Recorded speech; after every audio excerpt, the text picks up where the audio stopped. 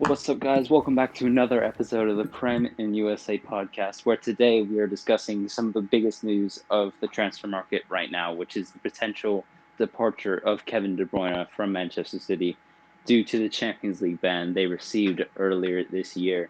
I'm here with Efe. Yeah, and the news is that De Bruyne, if the Champions League ban is not lifted from Manchester City, he would want to move on, as he's obviously an ambitious player. He does not want to sit at a club that's on the Champions League. So I think the obvious thing we can say is that De Bruyne is Man City's best player, and without him, they're gonna fall apart. I feel For like sure, it's for not sure. just yeah. De Bruyne is irreplaceable. I think there's no one in the world who can do what De Bruyne does, and with the price they've paid for him, they will get more money for him. But I don't see a single player out there right now who will be able to do what De Bruyne does for Manchester City, and I don't think they will be able to attract those kind of players. And he is just so crucial to their team. If I was building an all-world 11, De Bruyne is in there, and he's to lose him would be a real blow to Manchester City's ambitions. Yeah, and De Bruyne has been actually one of the most interesting things about him is that he is so good. He's caused Pep Guardiola to change his tactics. Pep Guardiola, as we all know, he usually plays a 4-3-3. He's actually started to play a 4-2-3-1 just so he can have De Bruyne as a 10. And he has never played with a 10 before. Well, he has played with a 10 before, but he doesn't usually play with a 10. De Bruyne has been so good that he says, well, screw it, we're playing with a 10, we're having two sitting midfielders. So I think that just demonstrates his quality that he's making Pep Guardiola change his tactics.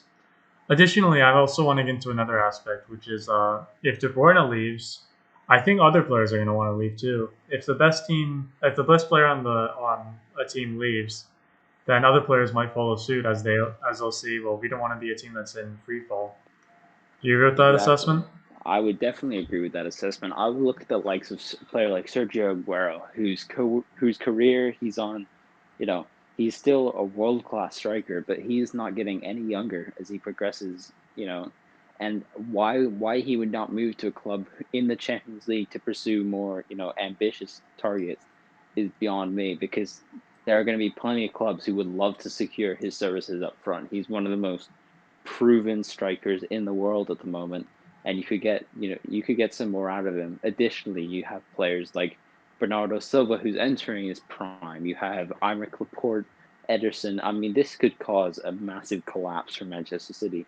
And in 2 years' time, with their owners presumably still being there, they would have to go through the entire rebuilding cycle all over again with a shell of a team. And it could also I could see Pep Guardiola leaving over this. Yeah, and another thing about Man City, and I don't want to insult any Man City fans, but most of those players are there for the money. And we've already seen Bernardo Silva has flirted with leaving Man City he said recently, I think he said he wants to play for Benfica once again. Sterling has flirted with Real Madrid, saying, oh, they're such a great club, they're amazing, holding up their scarf in the media. Aguero still wants to win the Champions League, as he hasn't done that already. So, I mean, these players are there for the money. So if a big club comes in with more money, I think they'll definitely be tempted to leave. Exactly. And I But think yeah, I think for City, like the all the initial reports that came out of Manchester City were good.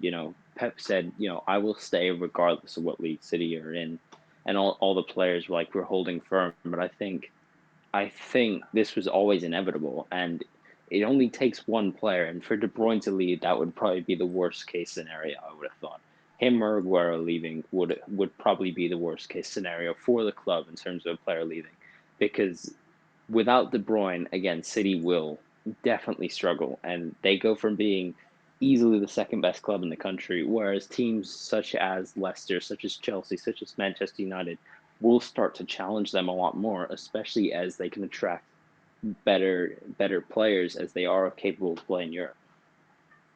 yeah. And moving on from that point, where do you where do you think De Bruyne would go? Do you think he would go to Spain? Do you think he would go to? I mean, he seems pretty ambitious. He wants to win the Champions League. I think he either go to another England club or Spain, maybe. Yeah, see, this is interesting, right? Because in terms of clubs in England, there's only a few candidates really who I think could match his wage and also his ambition. So I think ambition, you have to be in the Champions League. And I think, you have to have a lot of money in order to match his wages. So in England, I look at clubs like Chelsea, who he almost certainly will not come back to solely for the reason that he used to play for us and we treated him absolutely horrendously. Hmm. And, you look at a club like Manchester United, who, I'm not sure if he'd want to make that intercity switch, to be honest with you. They already have Bruno Fernandez.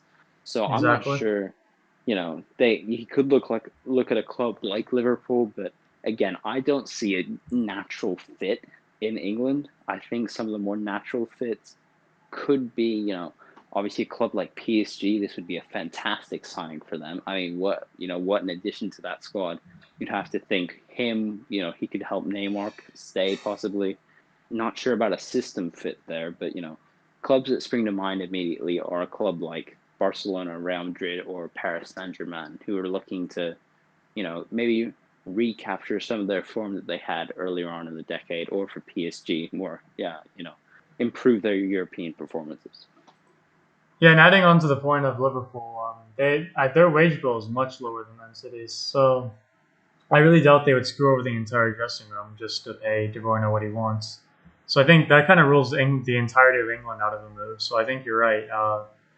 Real Madrid or Barcelona, they are the teams that have historically been able to win the most Champions Leagues. They both have Real Madrid have an aging midfield right now. They could actually use one more. Cruz, Modric are both pretty old, and Barcelona also have Rakitic going out. Vidal's also aging. Busquets. So I think you would actually be really fit for one of those two clubs. He definitely would be, and also in terms of, yeah, funds. I mean, both of these clubs.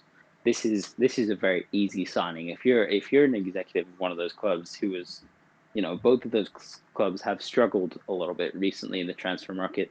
Has spent a lot of money on players that either aren't playing, possibly sometimes they're young, but they aren't playing or they're not living up to expectations when they do play. This would be a fantastic signing. Who would be an integral part of your club as well. So I could see him perfectly in a Barcelona shirt. Imagine him in the midfield with Frankie De Jong. I mean, with Barcelona looking to rebuild a little bit, I feel like that could be a nice fit. Yeah, and Barcelona have also had historically the style of play that would fit De Bruyne, a very passing style of play.